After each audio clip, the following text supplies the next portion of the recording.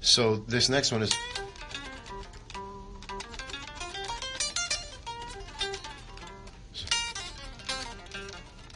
So that's how I think. This is the first. This is the second. And then there's some other ones inside of the minor pentatonic, but then you get major pentatonic. And what gravity is major pentatonic, which is the same thing as. But you know, they have a different sound because they're different strings, and it's a physics thing. You're in a different part of the string. So it's.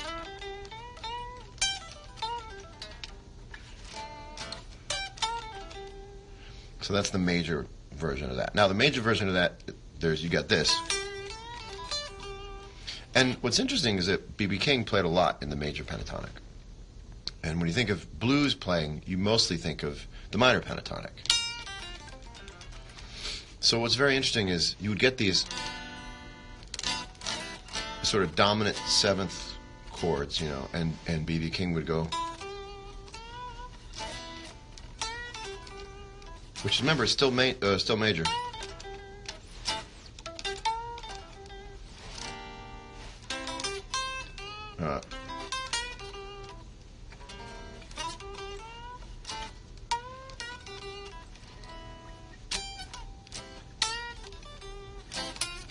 And that's only when you move to minor. So that's that. So everything is understanding roots. This is the G, that's a G, that's a G, that's a G, that's a G, that's a G, that's a G, that's a G. This is a G. And that's really, it's mapping. It's like mapping and knowing where to go. Emoji of a Wave. I wrote that in the bathroom. I write a lot of my music in bathrooms. And I'll be honest about why. The first, thank you, Fred. It's a good sounding, acoustically good sounding guitar. The first reason I play in the bathroom is because acoustically it's good, and it's usually far away enough from the hallway that I'm not self-conscious about people hearing it. I'm not so much concerned with people disturbing them. I'm concerned with being heard, I guess, although I do try to keep quiet. But the second reason is because I think I like to look at myself in the mirror. And you might think to yourself, well, that's narcissistic, but hold on. I think it's part of the make-believe that you would sit in front of a mirror and you would watch yourself and you would externalize from yourself for a minute and pretend you're watching yourself in a movie or a music video or you're saying you do it too? Yeah, let's be honest, man. Like, you're playing make-believe. You're looking in a mirror and you're playing to yourself and you're imagining maybe that's a video. You have to step outside yourself and play make-believe. It's not narcissistic, it's self-centered. Now, don't get me wrong. I'm hugely self-centered. All artists are self-centered. Narcissistic, I am not. But wrapped up in myself? Yes. It's just the way it is. I'm not wearing a Snuggie. I'm wearing a sweatshirt. So Emoji of a Wave is just, I should move this a little bit, is just a B. Well, it's not just, right? Because then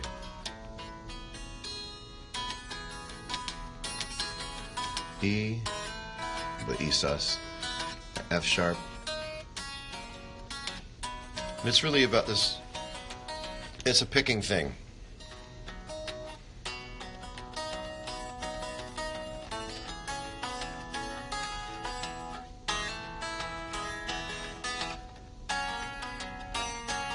Notice A.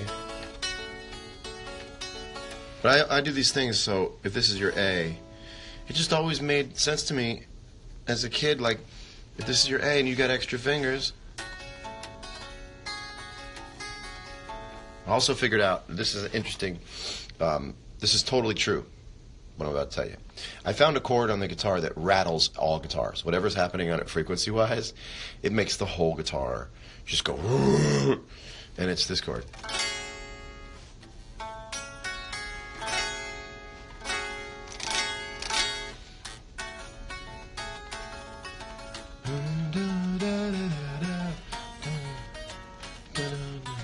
then you get this chord, which is interesting.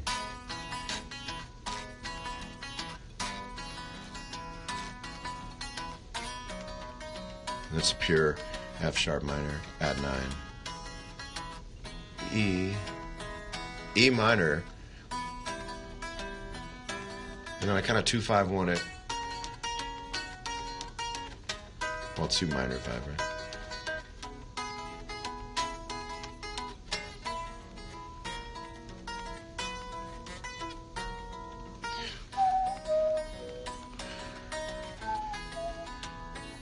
How do I find these chords?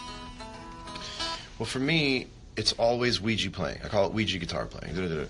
And if I hear something I like, I very quickly make a note as to how I got there, what's the root of it, basically I want to find my way back. And so you start to learn kind of instinctively, if you move something down a little bit, you'll get a different color. So you just sort of work on the fly, but then I remember as I go. So that's just a B, straight up bar chord B. But now you use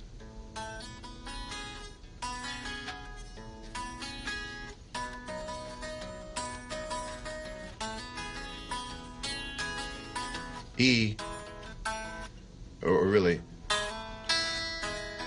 F sharp. That's that. My favorite chord of all time is probably like what do they call it? Like an E11 or something. I just like that one. Standard tuning. I hardly ever do. Alternate tuning.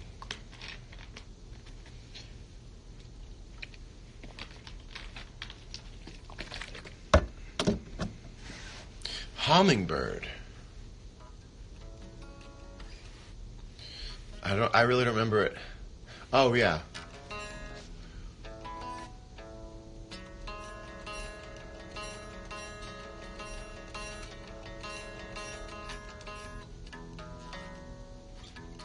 I don't remember.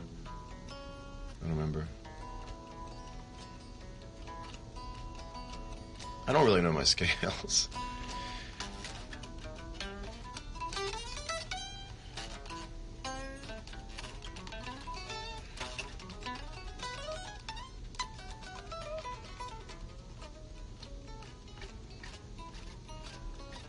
I don't tune down anymore. I used to when I was a kid. Before I started playing in bands, I was like 11 gauge, 12 gauge strings. What's the 6/9? Oh, right, the 6. Yeah, that's what that is. I used to have like 11 or 12 gauge strings, and then I would tune down a half step. I have like 2 Les Pauls, maybe 3, but I never was a Gibson guy. I think you're one or the other. Okay, Rosie. So Rosie's really about taking 2 different guitar parts and making them one part, right? So if you'll notice, Rosie's very similar to New Deep, right? And New Deep was a song that I always felt like I came close to and wasn't super happy with it. But it's this thing, right? So here's what's interesting about it.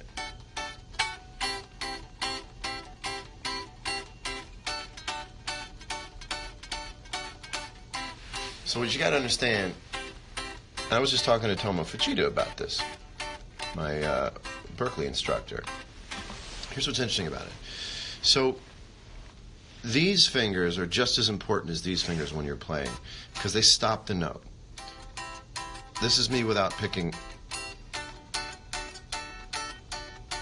You hear it doesn't sound like anything?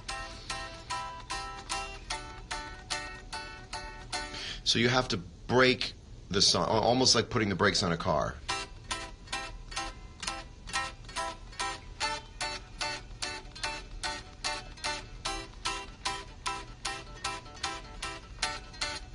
That's how I got my thing, you know. So then the first part is, and on top of that is like,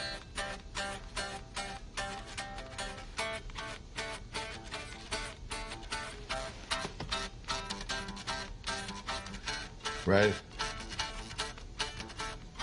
So it's really, No, that's not it. Hold on a second.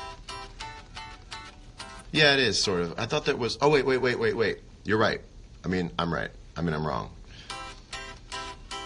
The next chord... So it is that. It's C to D. But see, the next part in the verses is actually... It's over a G. That's what makes it interesting. Rolling, come down and get the door for me. Right?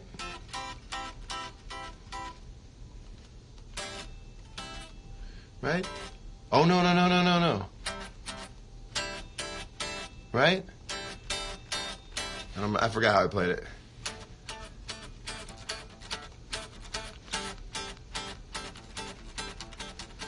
So that's what it is. It's like a D, but then a C over a D. That's what it is. So C over D is...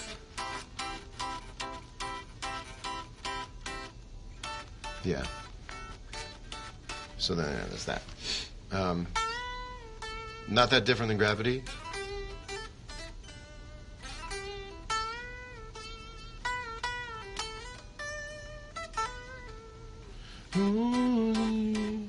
That's the G. Dead the door for me.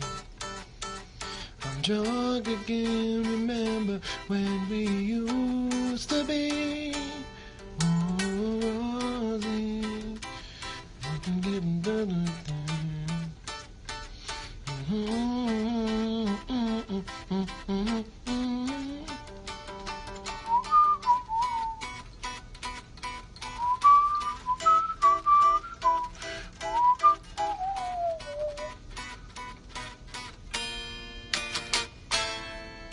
And then we're going to pedal the D.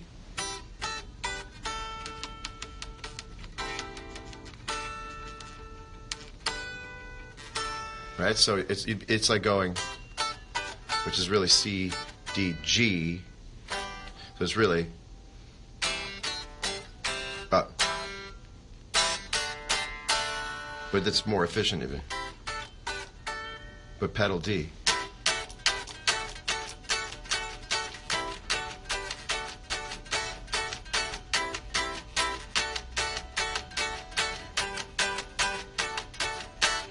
So really, it's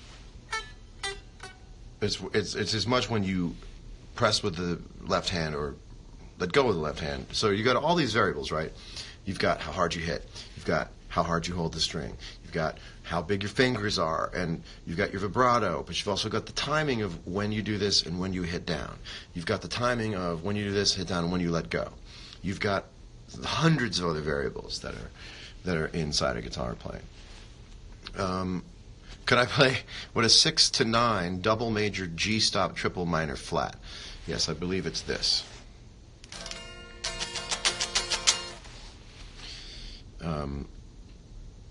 But yeah, I started with the pentatonic scale and just kept building additions. Hold on a minute.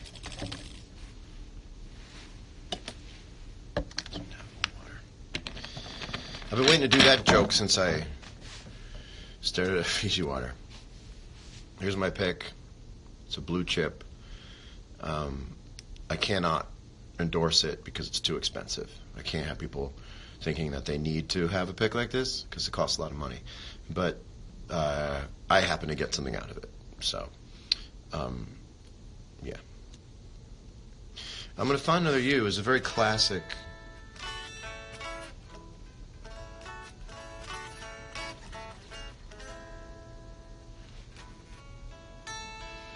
This is just straight major, A major, and then you switch. You like the flavor of going from an A major chord to an A dominant seventh chord.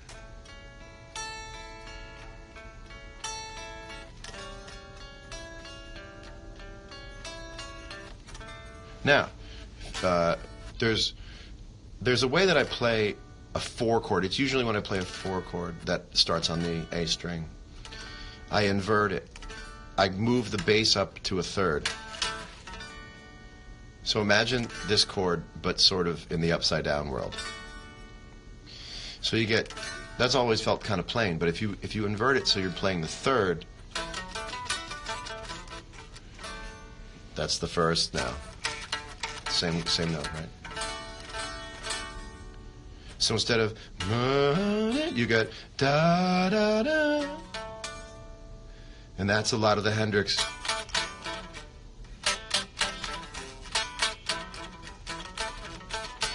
And that takes you right into the major blues pentatonic scale.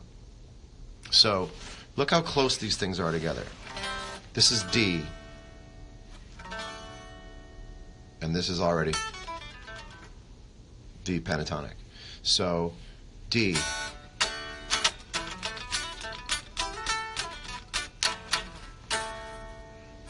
you're not that... Things are really closely knit. The neighborhoods are really closely knit together. So this is a D, right? Remember, this part stays exactly the same. Whether you're doing this or this, I'm still barring that.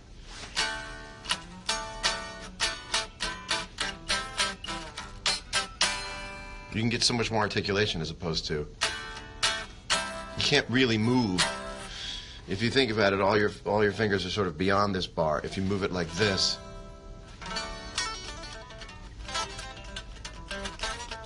that's the Hendrix, you know.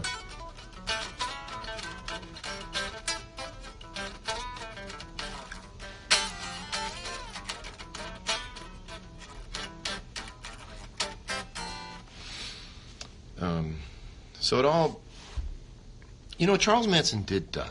And I want to talk about this for a minute. I am not going to admonish anybody. It's not a rant. It's an observation. Charles Manson is a murderer, was a murderer. Now, I understand there's all sorts of intrigue and a lot of cultural sort of, cultural vestiges of a bygone era that still were associated with Charles Manson and vice versa.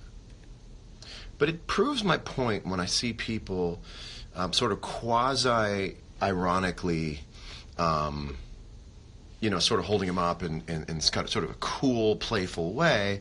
It supports my theory that if somebody dies, if there's a murder outside of your lifespan or outside of a generation, right, generations ago, the murder stops being felt on a visceral level by human beings as something they should be scared of or something that's horrible. And it starts to become sort of story-like. It becomes sort of novel-esque, you know. So let me give you an example. If you read tomorrow that somebody in New York City is beheading people, that there's been 14 beheadings in New York City, you would be fucking mortified. You would say, what is this world coming to? You would live in fear. You would call your friends in New York City and you would say, don't go outside. There is a murderer and he or she, it's probably he, is beheading people. However, if you found out that there was a movie about this person in New York City in the late 1800s who beheaded people, you'd be like, that sounds like fun to watch. That sounds pretty fucking fascinating. Okay, Los Angeles. There's murders that happening by the LA River. If it was this year, you would go, this is disgusting. This man's an animal. We have to find who it is. But if it was a movie about 1929, you see, and there's a coroner, or there's the newspaper reporter with the flash that goes off and the bulb breaks, and it would be the sort of cinema noir kind of a thing. The 19th murder by the Los Angeles River. You'd be like, this is a fucking artful movie. So it proves to me that we can only really viscerally understand death if it's within our lifespan, you know, or if it's within our cultural generation's lifespan. Because I think that shit's gross, right? Like, the guy's a murderer, but I think to some people who wouldn't, I think if you didn't know who Charles Manson was, if you were 18 years old and you're reading about Charles Manson being dead, I think you might think he was in a band. If you didn't know who Charles Manson was and you looked at all of the press about him right now, and you're 18 years old and you're not expected to know anything else about it, you would think he was in a band. You would think he was the lead singer of a rock band. So that's the thing. The human spirit can only appreciate death if it is in the same. This is water. This is Fiji water. You guys love trying to come up with reasons that my thoughts might be due to something else other than my brain. Oh, look at this. Literally thought he was in a band. I think that the story is so wrapped up in nostalgia that you can... It's nobody's fault for forgetting it because it's been so wrapped up in nostalgia. But I think it's really fascinating how death has a statute of limitations on being scary and being deathly, you know. I bet I can say rest in peace, Malcolm Young. What are you talking about? Broken Time. I don't remember how it goes. I've never taken LSD. You don't need to either. Yeah, thank you. That's right. People say, like, there's a special place in hell for people like Charles Manson or people who do heinous acts. And I have a problem with that because I don't think these people should be going to a special place in hell. I mean, if there's a special place in hell, it should be for people who haven't done that wrong. Be like, you get to go to a special place. Why do people get to go to a special place? Because you know they love the attention of being in the special place. And then all the people, the worst people who ever lived, they all walk into hell's cafeteria at the same time, and everyone's like, there's the special. Those are the special crew. And I don't have time for that. I think they should be in the world's most basic part of hell. The special part of hell is for people... I don't even know, and I'm not going to say that tonight is the night that we figure out what is the line of demarcation for someone who goes to hell. What's up? What's up, Greg? But what would be the line of demarcation in a crime or crimes that would have someone go to hell, but in a special place, like low security hell? Yeah. We did. Crystalia and I invented the microwave. So, anyway, that was a fun tangent. These are things I think I have a lot of thoughts.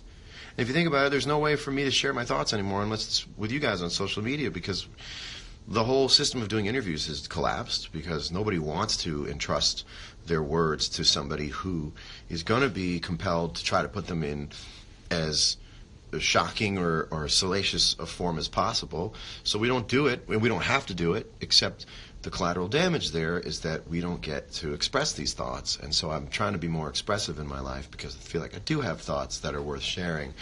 I just don't see the point in handing them to someone else to entrust them with getting my message across correctly. Just do it straight away, but then there are fewer opportunities to do so. I like Alan too. I love Alan. Please sing. I sang all night. My voice is sleepy, but my hands are still going.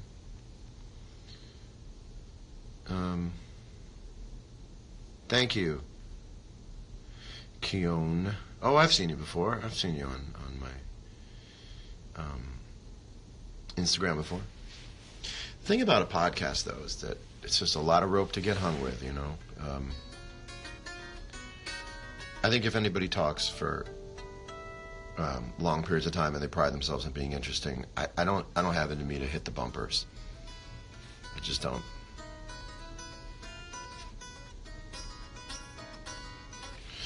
So I don't really play like certain things on the guitar when I sit down. I just pick it up and start playing, which is weird because I've said this before. When people, if I'm at NAMM or something or music store or somewhere and I pick up a guitar, people are like, "What's he gonna play?" I go, this could be. I've committed myself to play whatever junk comes to mind. Like I'll just sit here just for the feel of it. I think I'm into the shapes. I don't really know what I'm doing. I just happen to know.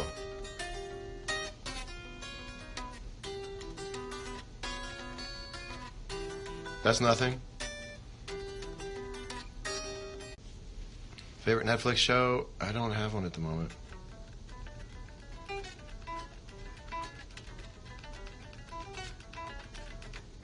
This is a guitar scale exercise that I wrote years ago, maybe like 10 years ago.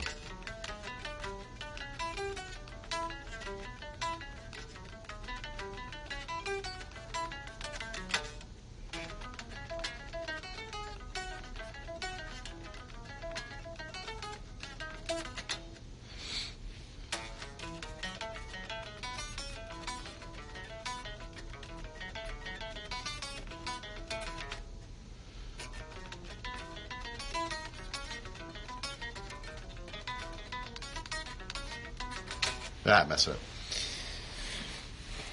What did you do with pentatonic? So after that, well, so you learn how they all link up. G, G. Even if you just want to look at it like play the Voodoo Child thing, right? So Voodoo Child is E. That's the same way. So you just whatever key you're in. If you're in E, there's a. The first thing you can do is, which is like this open.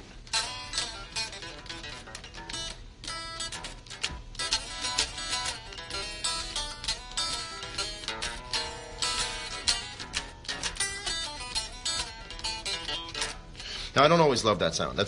Stevie Ray Vaughan did it brilliantly. I don't necessarily. I think what I don't like about playing in open E, minor pentatonic, is that you can't do anything with the nut. You can't bend, right? So every pull-off is straight.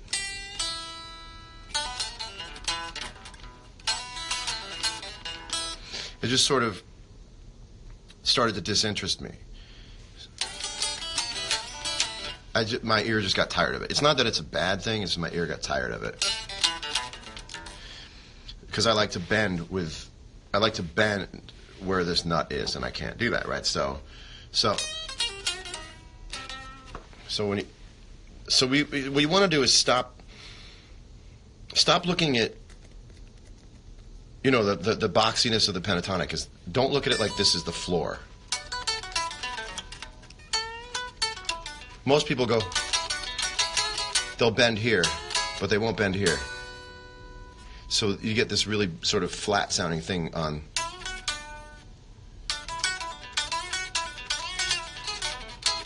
That's where you get this stuff. Right, that's just like my ears heard 27 years of it. So, but there's these things you can do where you usually bar. So,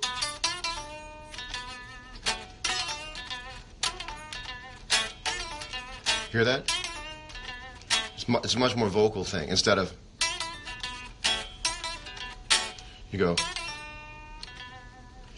It's the things actually that auto-tune is taken away from singing that you can do on the guitar. It's microtonal. It's really, hear that? So you're getting actually purposefully pitchy. It's not a quarter, it's not a half step. It's just this little tiny. You can also go. So by going one fret lower and bending up, you could actually probably pre-bend it. Well, I wouldn't want to. Well, you can do that. Yeah, I don't know if you'd want to, but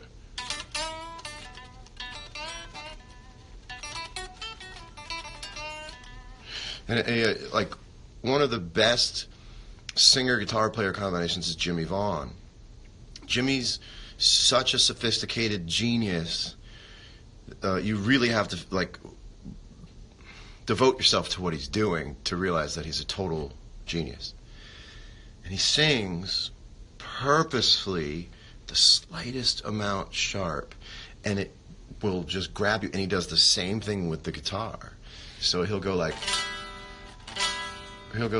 well, like, or like, well, I can't do it. It's too quiet. Well, there it is. Well, it's not. Well, it's well. Well, it's not that either. It's not da da da da da. It's in between. Well, da da da. You even got the perfect circumstance. Well, da da da da da. Do you hear how it's not da da da da da da da da da da da da da da da da da. It's and you can do the same thing.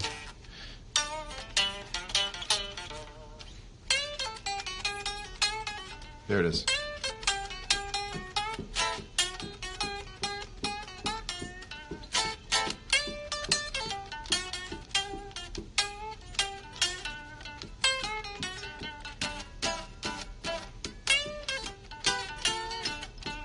See, that's not.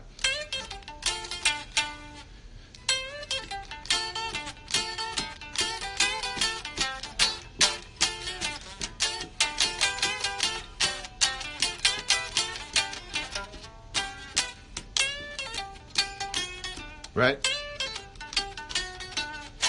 Even that's a little too extreme. So that's the whole bending thing that I'm trying to get to.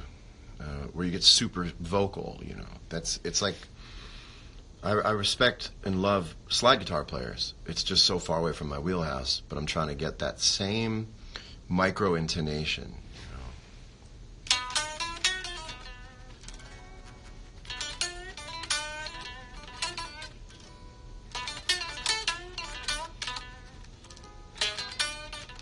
know.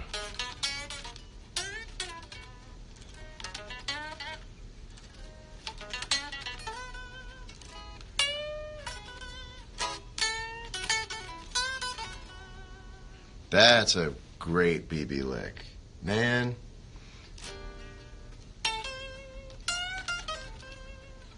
It's another kind of index finger bend. You know, most people are going,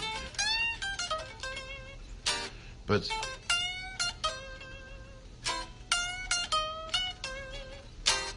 and then they get this bend over a 4 chord. Tomo, check this out. Over a 4, you bend that.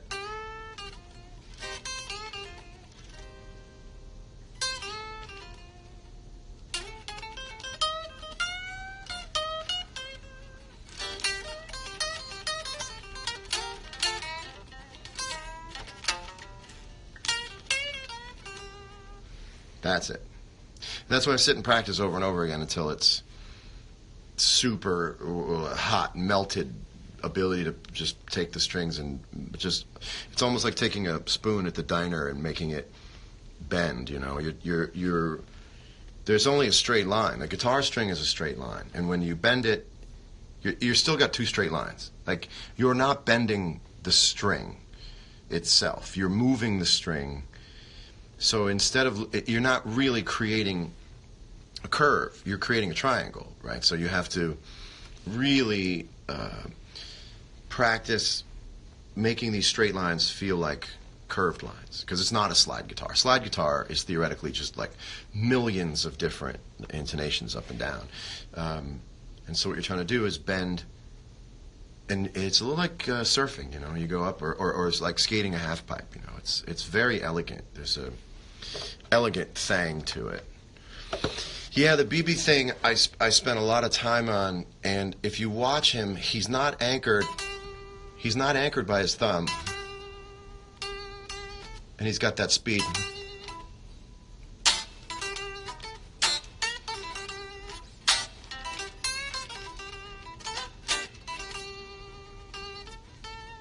That's too much.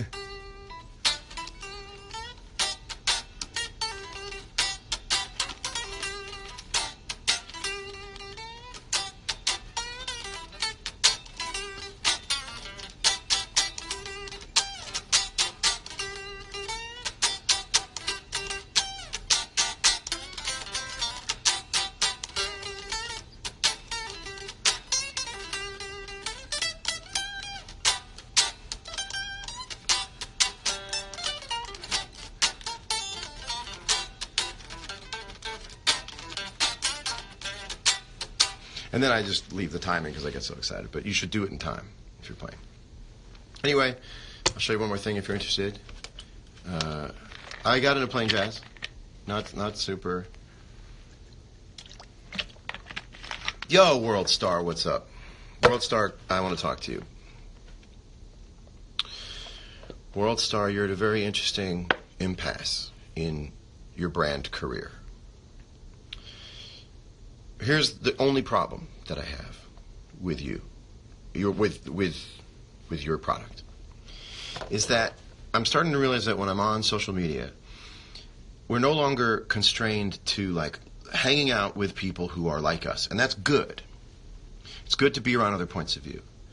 What I'm noticing is a hang-up for me is that I'm around so much of a younger point of view. So your demographic is so broad that I realize that I'm plugging into a culture of youth that doesn't apply to me, and it's not fashion, it's not music, it's this culture of like motivational advice.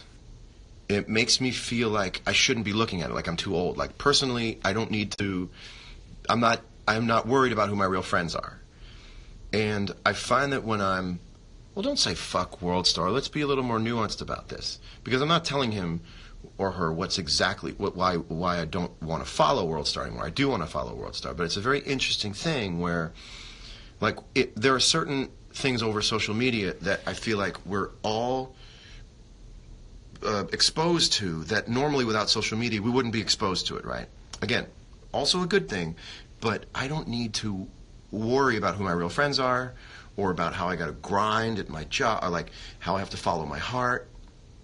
And I also like don't need to see set up staged video. Like if I see one more person walk into a convenience store all chesty like they're about to like knock something over, but you know that the guy behind the counter is in on it, like I have nothing against it, except I don't need it in my diet. But I like a lot of other things that are in the World Star diet.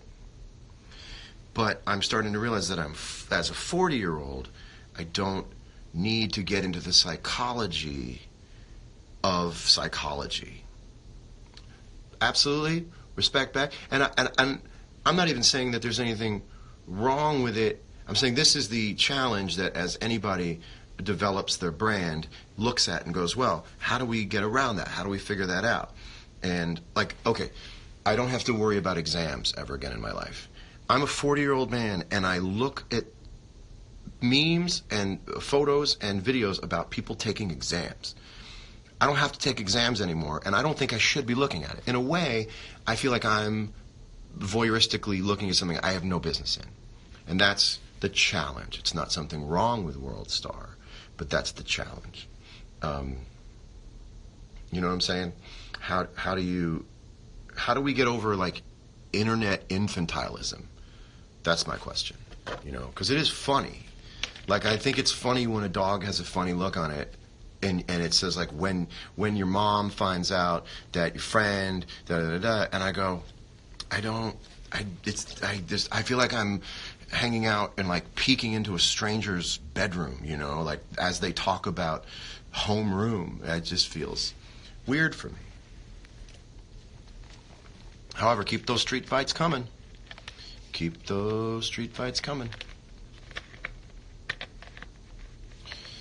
I tend to watch the most aggressive shit before I go to bed. I don't know why. That should be time where I don't watch that and I like watch soothing things. But let me tell you something. Convenience store fights, parking lot fights, like crazy wait for it's, I'm in. Like maybe this is my CSI. Like a lot of people, this is my 48 hours. This is my crime scene investigation procedural stuff. Is it before I go to bed? I like to watch Road Rage. I don't know why. It can't be good for me, but yet here we are, and I'm totally caught up on every, like to the last hour. If somebody told a cop to go fuck off and it's any longer than an hour ago, I've seen it.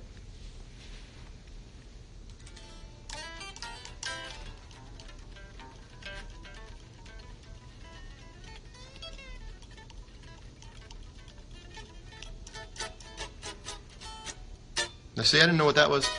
What was that?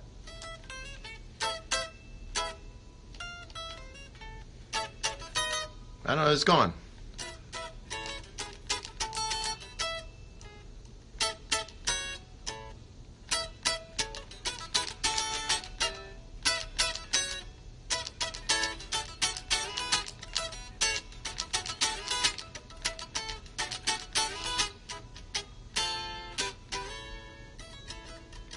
All right, anything else before I take off? Thank you, Isabella. I enjoy Twitter, too. It's a little bit of a masochistic endeavor for me. My points of view are not always appreciated, let alone universally appreciated. Not even a point of view, but the way I think. Although for years now, when you grow up your entire life with people saying, like, where did you find this guy? I'm immune to it. I'm immune to it. Here's what I don't understand. If you don't like a tweet, or if you don't get it, if it's not for you, why do you still interact with it? It's amazing. That's what I don't understand about Twitter. If it's someone, people imagine, like, well, I have to write. You've posted something. I'm writing because you've posted. I don't have anything to say. I'm just going to, like, in a very non-committal way, sort of rib you and say, go to sleep, but I have nothing to add. I go, I want to live in the world you guys want to live in. But I think it's strange. I think a reasonable thought should precede posting something. But you guys should enjoy it the way you want to enjoy it. I just don't understand anymore the idea of, like, well, I've got to say something. Scroll on by, I do. I don't look at the first 20 comments. The first 20 comments are never about the thing. And also, if I tweet something and then I delete it because of a spelling error and it's only been 20 seconds, do you think that it's going to crush me that you show me a screenshot of the tweet that I posted that was misspelled with something snide like, good thing I saved it. We saw that. I go, okay. What's the point? You can't blackmail me with this. It was around. Yeah, we can talk, Dad. Stop this train. It's a D without the top. It's a D without a hat.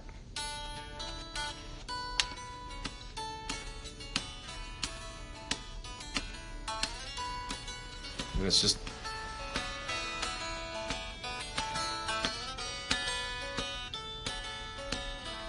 And then it's... This one is just purely like what I can do anatomically.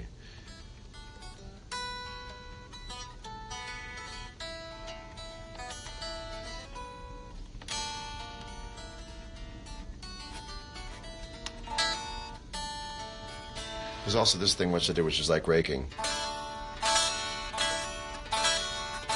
You do that, Tomo?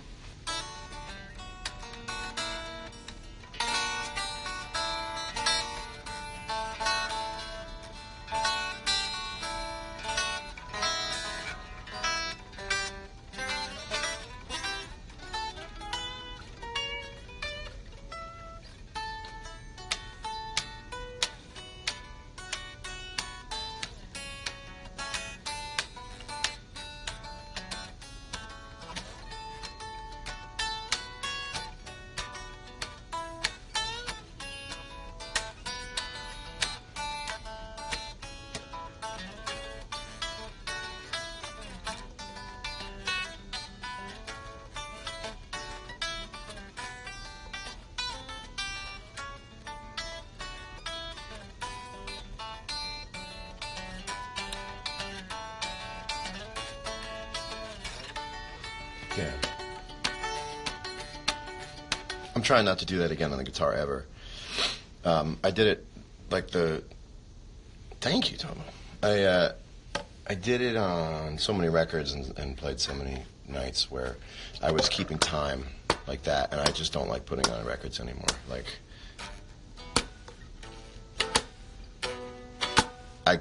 I did it so much, and I can actually, like, I won't go so far as to say like I ever sit in the car and listen to the radio and go like, oh, they ripped me off. But there are times I go like, that's a me thing, when I hear like a that thing. Edge of Desire. That's another guitar exercise I was doing.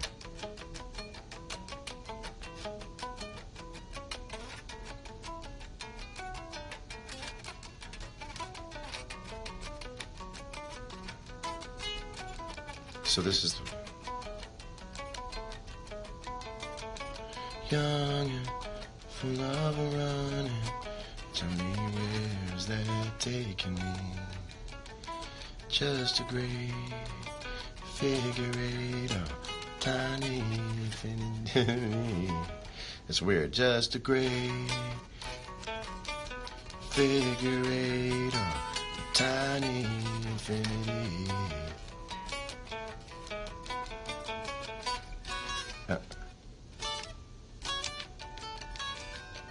Yeah, right?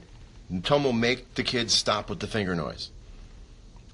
You can use it as some sort of effect somewhere in a song, but as a tick, just get the tick out of there. Yeah, right?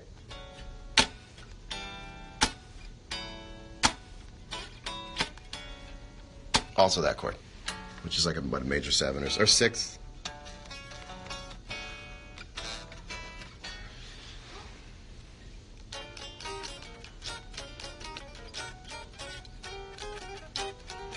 That's a good question. I've never gone online to see my tabs. I can't imagine they're all that right, but just remember everything. Here's a great thing, and I'm going to leave you with this because Tomo, I agree. I think it's the one thing I will say I think does come from me. So I apologize to you. I'll give myself $50 if I can remember what this point was going to be. It's gone. It's gone.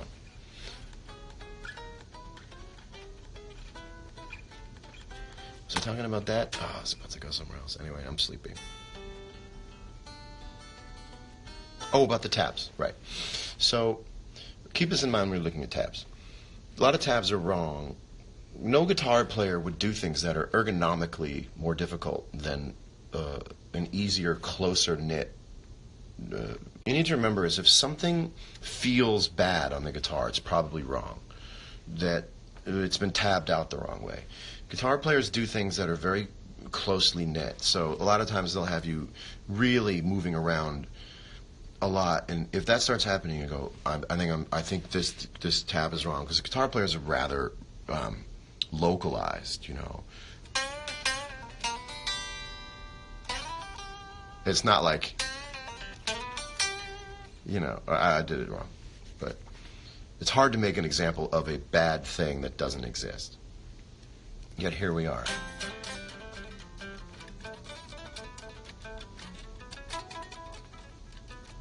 I also think you should play in time.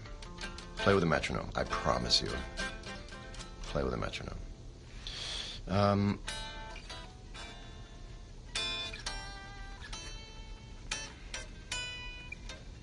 This is all I do when I play guitar, by the way, when I sit home. I dick around. I'm not... I think if you can get over the feeling you have to entertain everybody all the time on the guitar, you can find new things. I just like the way it feels, man.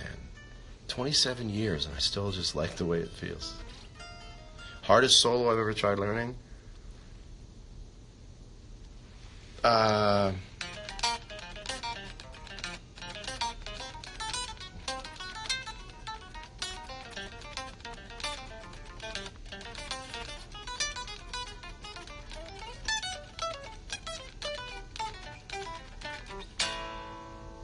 That was people cheer because it's like an acrobatics thing, man. And every night that we have Help Slip on the set list, it's a different night when that's there, because you should put on an Evel Knievel helmet, you know, because it's fascinating.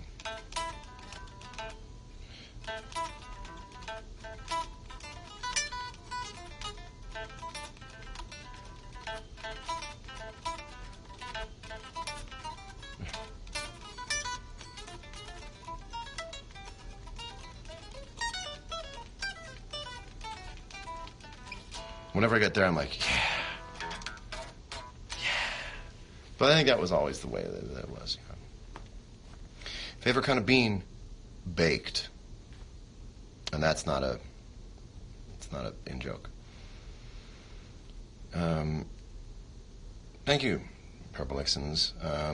I'm down to 10% battery, which I hope is actually 20% battery, but Apple's been looking out for me all this time. And you ever think there's like iPhone battery reserve, that the iPhone's like, tell them it's 10, there's an extra 5. Anyway, this was really fun. I will talk to you all again soon. And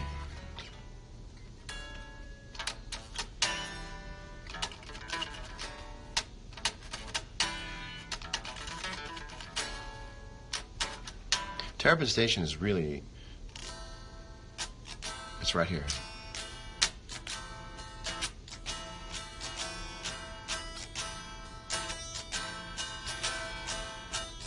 It's really about this gentle,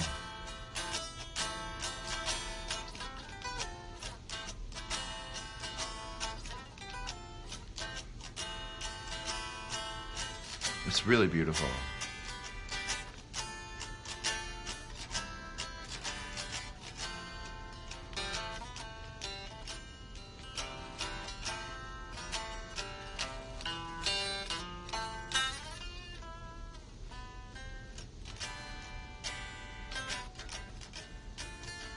Do I have an iPhone C? That's a funny joke now. All right. You guys are awesome. I'm going to bed. I'm not going to sleep. I'm just going to bed. That's where it's kind of the office for me. And I'll talk to you guys later. This is always the fun part where you hit end and you're like, and goodbye. But that only brings up a menu. They should really end when it ends. But